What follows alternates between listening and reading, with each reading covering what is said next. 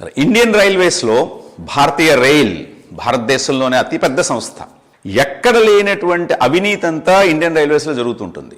రైల్వేస్లో auditing అక్కర్లేనటువంటి అంశాలు, auditing అక్కర్లేనటువంటి departments చాలా ఉన్నాయి.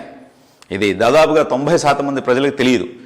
ముఖ్యంగా కాపర్ లాంటి వస్తువులు కాపర్ లాంటి ఈ ఐటమ్స్ కొనుగోలు చేసే విషయంలో అసలు ఆడిటింగ్ ఉండదు.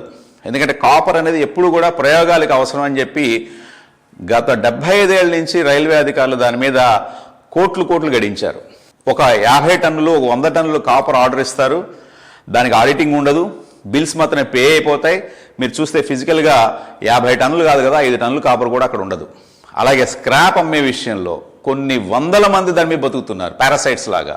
ఇన్ని లోపాలు ఉన్నటువంటి రైల్వేలో సరే ఆ లోపాలన్నింటినీ కూడా సరే చూసి చూడటం అనుకున్నటువంటి ఆలోచన వచ్చినా కూడా ఇప్పుడు ఈ లోకో పైలట్ల విషయంలో ఇంకా కొంతమంది ఉద్యోగస్తుల విషయంలో ప్రభుత్వం వహిస్తున్నటువంటి నిర్లక్ష్య వైఖరి ఏమాత్రం క్షమార్హం కాదు. అది మోడీ అవ్వచ్చు, అశ్విని కుమార్ అవ్వచ్చు, పీయూష్ గోయల్ అవ్వచ్చు, జాఫర్ షరీఫ్ అవ్వచ్చు, మమతా బెనర్జీ అవ్వచ్చు, లాలూ ప్రసాద్ యాదవ్ అవ్వచ్చు, ఎవరైనా అవ్వచ్చు. జార్జ్ ఫెర్నాండెస్ ఒక్క ఆయనే కొంత శాతం రైల్వే ఉద్యోగస్తులకు న్యాయం చేశాడని విన్నాను. అప్పుడు మేము చాలా చిన్నపిల్లం కాబట్టి మాకు అంతగా అవగాహన లేదు ఆయన గురించి. చాలా నిస్వార్థంగా ఆయన పనిచేసేవాడని విన్నాం వచ్చినటువంటి అందరు రైల్వే మినిస్టర్స్లో. భారతీయ రైల్ కేంద్ర కార్యాలయం వాళ్ళది ఢిల్లీలో ఉంది. దీనికి అనుబంధ సంస్థలు చాలా ఉన్నాయి. ఐఆర్సిటిసి, ఐఆర్డిఏ, ఇలా చాలా అనుబంధ సంస్థలు ఉన్నాయి. అక్కడ జరుగుతున్నటువంటి అవినీతిని ఎవరైనా చూస్తే, నిజాయితీ గల వాళ్ళు చూస్తే వెంటనే స్పందించక మానరు. రైల్వేలో ఇప్పుడున్నటువంటి అవినీతి ఒక 50% మాత్రమే, మనకు పెద్దగా ఆశలు లేవు, ఎలాగో ఒక 50% మాత్రం తగ్గించగలిగితే విజయవాడ నుంచి Hyderabad ticket AC chair car 100 రూపాయల్లో వెళ్ళిపోవచ్చు.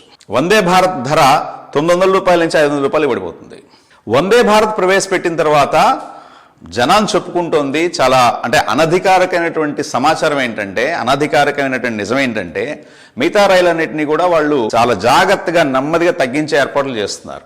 రైళ్లలో మెయింటెనెన్స్ లేకుండా చేసి, రైలు సకాలంలో రాకుండా చేసి, ఓన్లీ వందే భారత్ మాత్రమే భవిష్యత్తులో ప్రొజెక్ట్ అయ్యేలా చేస్తున్నారు. ఇది అంత మంచి పరిణామం కాదు. భారతదేశం లాంటి దేశంలో సామాన్య వర్గం వాళ్ళు 30% పైనే ఉన్నారు. ఒక రైలు తీసుకుంటే ఎన్ని జనరల్ బోగీలు ఉంటున్నాయి, ఎన్ని ఏసీ బోగీలు ఉంటున్నాయి చూస్తే మీకే అర్థమవుతుంది. డబ్బున్నవాడు ఎలాగైనా వెళ్ళగలుగుతాడు. రైల్లో ఏసీ లేనంత మాత్రం వాడు ప్రయాణం ఆగదు. వాడు కారులోనో, విమానంలోనో, పడవలోనో, ఓడలోనో ఏదో రకంగా వెళ్ళిపోతాడు. కానీ డబ్బు లేని వాళ్ళు, మధ్యతరగతి వాళ్ళు ఎలా ప్రయాణం చేయాలి? రైలు సకాలంలో రావు, ధరలు ఆకాశాన్ని అంటుతున్నాయి. మీరు క్యాల్కులేట్ చేయండి. ఒక రైలు ప్రయాణం చేస్తే ఒక కిలోమీటర్కి ఎంత ఖర్చు అవుతుంది, ఎంత టికెట్ పెట్టచ్చు, జనరల్ టికెట్ ఎంత ఉండాలి, ఏసీ ఎంత ఉండాలి, ఏసీ ఫస్ట్ క్లాస్ ఎంత ఉండాలి, ఏసీ సెకండ్ క్లాస్ ఎంత ఉండాలి, థర్డ్ ఏసీ ఎంత ఉండాలి, మీరే క్యాల్కులేట్ చేయండి.